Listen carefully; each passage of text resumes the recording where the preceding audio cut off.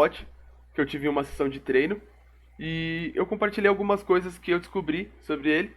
Então, basicamente, a gente deu check call numa CBET baixa, e nesse tipo de situação, contra a posição inicial e intermediária, quanto mais cartas altas tem nesse board de 4 do mesmo naipe, maior é a frequência de lead do Big Blind, porque o que acontece é que quando tem muitas cartas altas, essas posições iniciais e intermediárias vão ter uma grande deficiência de nuts no range deles, e isso faz com que o Big Blind tenha uma vantagem de nuts, principalmente porque o range que a gente continua contra uma C-Bet no board como esse vai ser bastante orientado por espadas.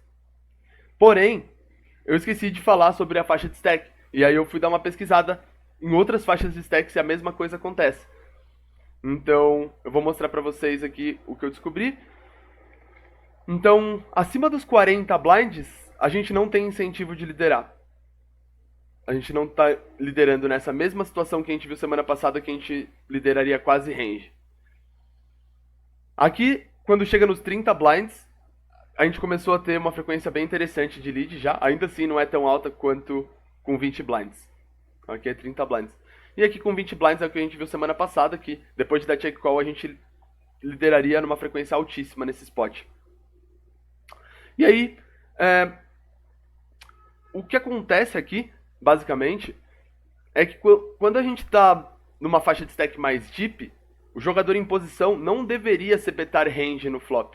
Então, com 60 blinds, por exemplo, essa é a estratégia no Ás 9-2 do jogador em posição.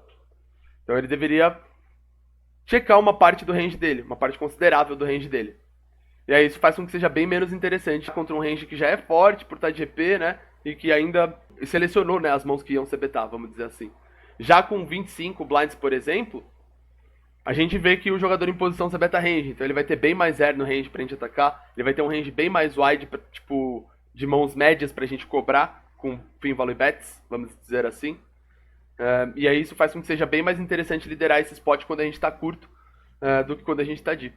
E é isso, só pra dar uma complementada aí nessa ponta que ficou solta do vídeo passado, valeu? Até mais.